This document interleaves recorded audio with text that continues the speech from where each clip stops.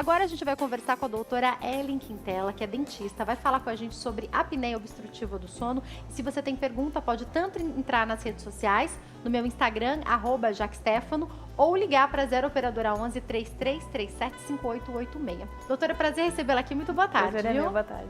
Doutora, a primeira coisa que eu gostaria de entender é essa relação que os dentistas têm cuidando do sono também das pessoas, essa medicina do sono. Eu queria começar entendendo um pouco sobre isso, por favor. Essa é uma pergunta bem constante, porque as pessoas, né, mas o dentista, o que ele tem a ver? Associamos geralmente ao otorrino, ao neurologista, né? Mas o dentista... E é muito importante a gente saber que é um tratamento multidisciplinar. Não significa que o dentista vai tratar disso sozinho. É uma das possibilidades de tratamento. Então, se o paciente não tem nenhum tecido que obstrui a passagem aérea, não é um caso cirúrgico, se passando em avaliação com o neurologista, com o endocrinologista, está tudo ok, e esse paciente ainda assim apresenta ronco e apneia, então o dentista pode tratar com o uso de um aparelho usado para dormir.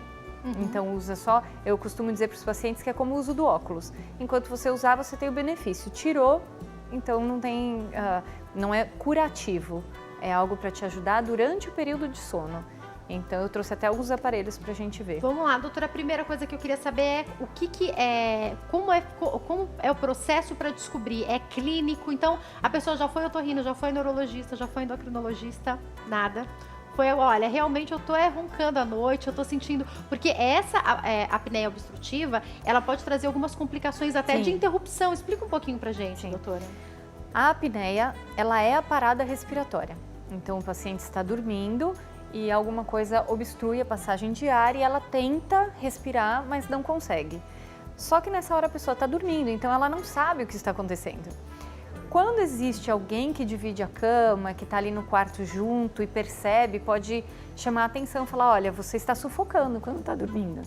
Então, nesse momento, isso chama atenção e fala, tem alguma coisa errada. Quando isso acontece, lógico, rotineiramente, né? Uma noite ou outra que teve um pesadelo não é para chamar atenção, mas quando isso é frequente, aí aparece o problema. E o ronco é um dos sinais. Então, quando a gente fala, sempre o cônjuge traz, né? Eu trouxe ele aqui porque ele não me deixa dormir. Eu digo, olha, mais do que tratar o ronco por causa do seu parceiro, você tem que tratar o ronco por sua causa. Porque o ronco é um problema de saúde seu. E se você não tratar, a gente tem consequências a longo prazo gravíssimas. Até porque não dorme direito, né? Fica não acordando dorme. toda hora, então isso atrapalha o sono com certeza, né? Sim, e aí um sono não reparador, esse sono fragmentado, ele leva a uma vida muito ruim. Só que o paciente também não sabe, ele só descobre como ele vive mal quando ele trata. Aí ele fala, como eu podia viver daquele jeito? E a gente passa 1/3 da vida dormindo, né? Então o que a gente faz... é 1/3 da vida mal vivido, se a gente for parar para pensar, né? Que prejudica os outros 2/3. Porque é uma pessoa que sempre está mais cansada, é uma pessoa que o humor sempre é pior. Então é aquela coisa, acorda, mas já acorda indisposto. Já e tá não cansado, sabe o que é. né? E são pessoas tidas muitas vezes como preguiçosas, como mal-humoradas.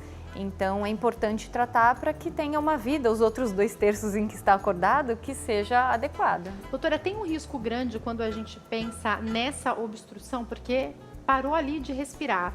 Uma pessoa que de repente aquela noite não está com o cônjuge ou mora sozinho, algo mais grave pode acontecer? A nossa preocupação é principalmente a longo prazo. Então é um efeito cumulativo. Então, na hora que essa pessoa para de respirar, a primeira coisa que acontece é que o oxigênio cai dentro do organismo.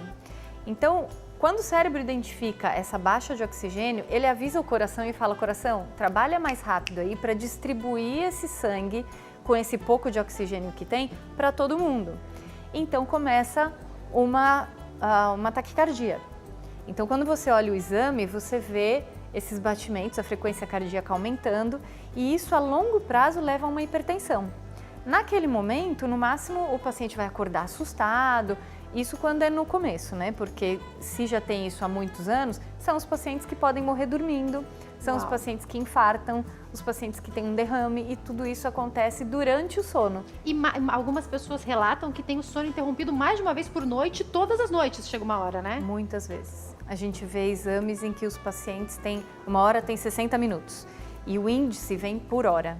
Então você vê índices de 100 eventos por hora, ou seja, a pessoa quase não respirou a noite inteira. Uau! E imagina o corpo trabalhando para dar conta disso, Exatamente. né? Por isso pode que acontecer? leva a hipertensão, a diabetes, a síndrome metabólica, muitas consequências gravíssimas por conta de um ronco que às vezes a pessoa fala, ai, você que está preocupado, então vai você dormir no outro quarto. Vai dormir no quarto das crianças, já ouvi tanto isso, Fora né? que é a terceira causa de divórcio, né? Ah, é? Sim. Tá vendo como é grave? Sim. E aí, doutora, a gente tem uma incidência maior em homens ou em mulheres, em faixa etárias? A gente tem estudos sobre isso? Sim, existem estudos e a gente vê, é mais comum em homem, mas as mulheres, quando chegam na menopausa, vão se equiparando aos homens, até pela região onde acumulam a gordura, então região cervical, isso é um problema porque realmente a gente não engorda só para fora, a gente engorda para dentro também, é a camada toda.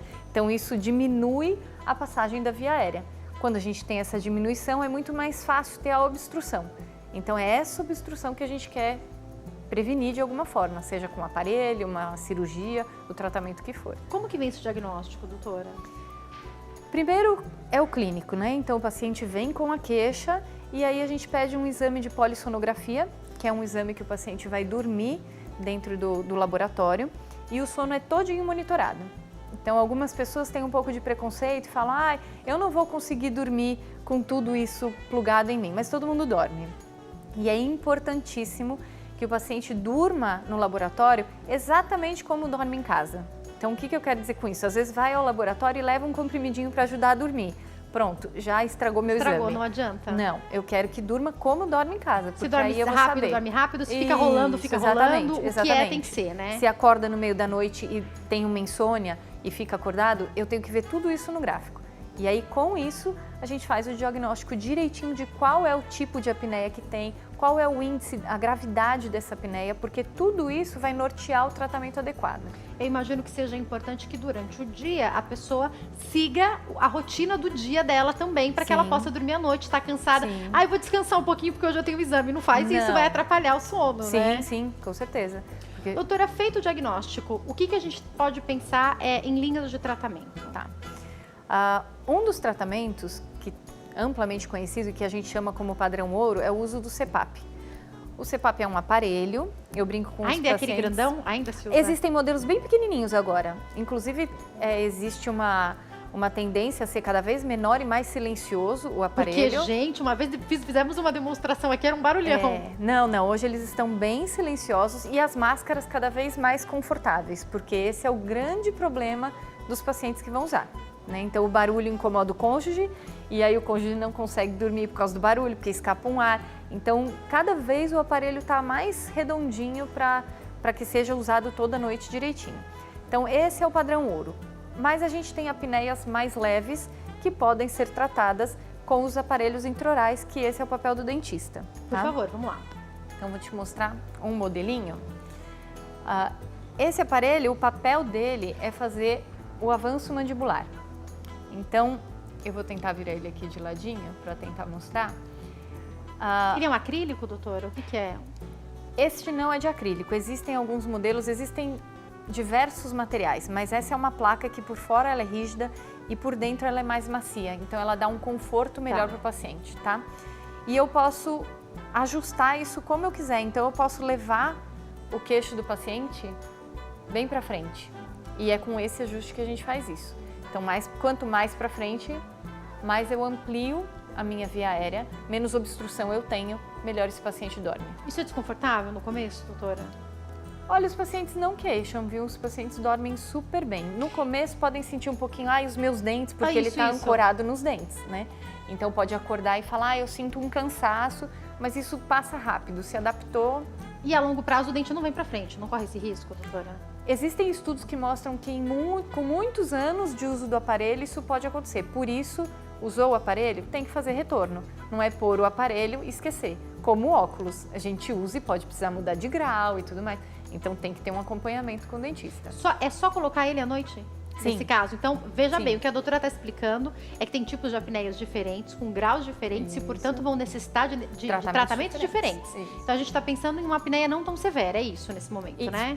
Ainda existem casos de apneias graves que a gente ainda trata com o aparelho porque existe dentro da apneia uma hipoapneia, que é uma apneia menorzinha, tem mais passagem de ar, não é uma parada total. Então, às vezes você vê um índice de uma gravidade alta, mas às custas de uma hipoapneia. Essa o aparelho também resolve. Perfeito. Então, não é tão fechadinho assim, sabe? O diagnóstico e o tratamento. Existem nuances em meio aos exames. A gente tem que avaliar muito bem para dar o melhor resultado. De quanto em quanto tempo fica sendo o retorno dessa pessoa, doutora?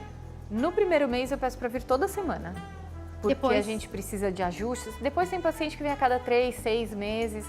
E aí a troca do aparelho a gente também precisa avaliar, porque às vezes em 2, 3 anos a gente precisa fazer um novo, porque o uso desgasta o aparelho. Doutora, se a pessoa tem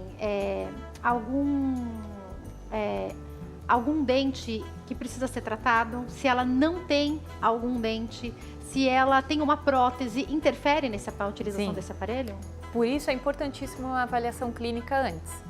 Porque se o paciente tem próteses, a gente faz ajustes, deixa mais folgadinho o aparelho para que não puxe aquela prótese do lugar. Se existem falhas dentárias, em algum lugar não tem problema, em outros vai fazer falta. Então aí, antes do aparelho, a gente tem que planejar se vai colocar um implante, se vai colocar um outro tipo de prótese, porque o aparelho vai se ancorar nesses dentes, então precisa estar tudo redondinho.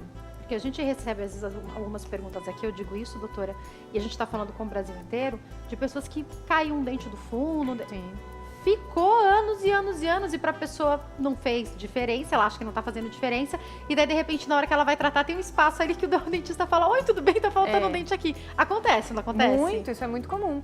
Quando é um ou outro e o paciente não tem condição de realizar um implante, alguma coisa assim, dá para fazer o aparelho, isso não inviabiliza o tratamento, a não ser que seja a maioria dos dentes, aí realmente a gente não tem coragem para isso.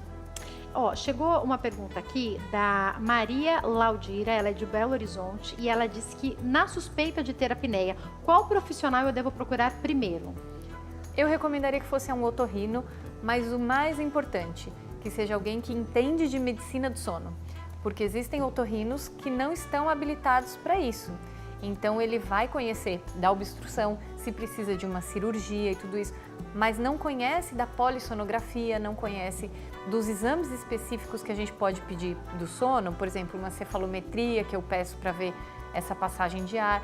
Então é importante que seja um otorrino com esta subespecialidade, vamos dizer assim, né, em medicina do sono. E o que eu sempre digo, acho que a doutora vai concordar comigo, se você já tem um dentista que você vai sempre, que você confia, ou se tem um neurologista que por algum motivo acompanhou sua família e acaba se tornando médico de família, pode ser o primeiro profissional a você procurar e ele te encaminha. Acho que a gente não tem que se preocupar muito com isso. Tendo um profissional da área da saúde que te acompanha, explica para ele que ele pode te ajudar nesse encaminhamento, não é, doutora? Sim, porque aí, normalmente, nós nos conhecemos, né, nesse hall de amigos de dentistas, médicos, então a gente sabe para quem mandar. Eu costumo ter contato sempre com uma nutricionista que entende disso, com um endocrinologista que conhece disso, psiquiatra, psicólogo, o próprio otorrino, cardiologista, todo mundo que está envolvido para ver cada um na sua ponta, né, para tratar esse paciente da forma mais integral possível. Perfeito. Doutora, o que mais que a gente tem aí de aparelhos? Aqui eu trouxe só uma máscara do CPAP, essa é a mais confortável que existe hoje, eu vou colocar só para ver. Então o paciente vai dormir dessa forma, aqui fica ligado a um tubo, e esse tubo ligado ao aparelho é como se fosse, eu explico para os pacientes, um aspirador de pó ao contrário. Então ele vai jogar ar para dentro, então o ar vai entrar por aqui, passar, e ele é jogado para dentro do paciente com pressão. Então essa pressão faz com que, se tiver qualquer obstrução, a via aérea se abra, e aí o ar passa e a pessoa não tem apneia. Gente, pequenininho, faz alguns anos que a gente fez uma pauta e que a gente trouxe um CPAP aqui, e acho que ele até trouxe um modelo antigo para mostrar e um modelo novo, mas o modelo mais antigo, isso já há 3 anos para trás, porque a gente sabe que tudo isso vai evoluindo, era enorme, então estamos muito na vantagem, né, pensando em um como esse. As máscaras orofaciais são enormes. É, a primeira vez que eu vi um desses aqui em pauta, o nosso programa já tem mais de 13 anos, era um enorme, né? E às vezes incomoda para dormir de lado, então essa que veio agora pequenininha é um sucesso. O que mais que a gente tem, doutora? Esse é um exame que eu uso justamente para a gente acompanhar o andamento do aparelho. Então, o paciente, você me perguntou o retorno. Quando o paciente retorna, a gente precisa ver a eficiência do aparelho, né? Precisa ver que realmente está melhorando esse índice. E se não está na melhora adequada, a gente vai lá e avança mais um pouquinho, e avança quanto for necessário até o limite do paciente, lógico. E aí esse é um exame que a gente usa, que o paciente vai dormir com ele no dedo, isso via Bluetooth conecta com o celular, e aí quando o paciente acorda ele dá um finalizar exame e eu recebo na minha casa na mesma hora o resultado. Parece aquele aparelhinho de saturação, né? É isso, e é isso que ele vai medir. E ele vai me dizer quantas dessaturações esse paciente teve.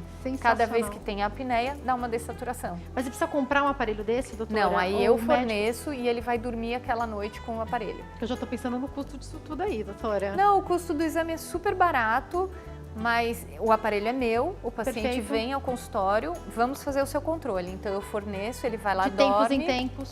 Ele dorme e me traz o aparelho de volta no dia seguinte. Gente, mas olha o que é evolução, que o Bluetooth já faz. Sensacional, né? Sensacional. O que mais que a gente tem aqui, doutora? Esse é só um outro tipo de aparelho, então o princípio é o mesmo, mas você vê que eu te falei que tem materiais diferentes, eu só trouxe um outro só para exemplificar, mas o princípio é o mesmo, sempre avanço mandibular. Então, o objetivo é deixar dessa forma, como se fosse um prognata.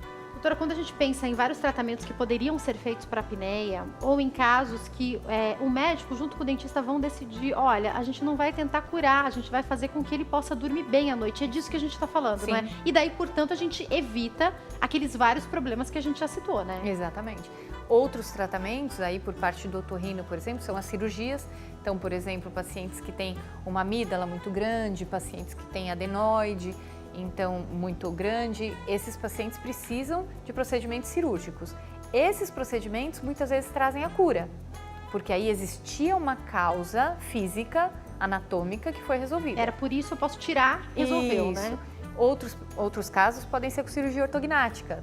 Uhum. Então, os pacientes que têm o queixo muito para trás ou que a gente vê quase não tem queixo, o cirurgião bucomaxilo faz esse avanço da mandíbula e da maxila juntos, quando o paciente tem um perfil que aceita isso, e esse avanço faz com que aconteça essa desobstrução. Também é um processo para cura, mas são casos específicos que precisam de cirurgia. Quando não é cirurgia, a gente vai ter esse tipo de coisa que é como se fosse, eu opero a miopia, não sei, né? Por exemplo? Ou eu vou usar o óculos. Então, tem casos que não tem cirurgia, que a gente vai só pro óculos, é isso aqui.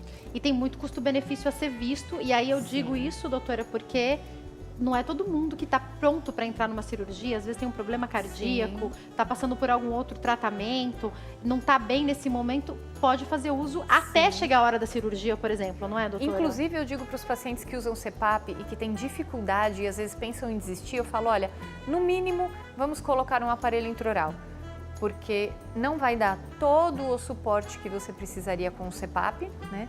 Mas no mínimo a gente está melhorando a sua condição, porque o paciente que melhora a condição dele de vida, a qualidade, ele tem mais disposição, aí ele vai se empenhar a fazer uma atividade física, perder peso, que ajuda muitíssimo a diminuir o ronco. E vai acabar melhorando e aí melhora a qualidade geral de vida mesmo, né? E depois desses esclarecimentos que a gente teve sobre a apneia obstrutiva do sono, eu vou para o intervalo e volto e continuo conversando com a doutora Ellen, só que agora a gente esclarece as dúvidas sobre implantes. Não sai daí que daqui a pouquinho eu tô de volta.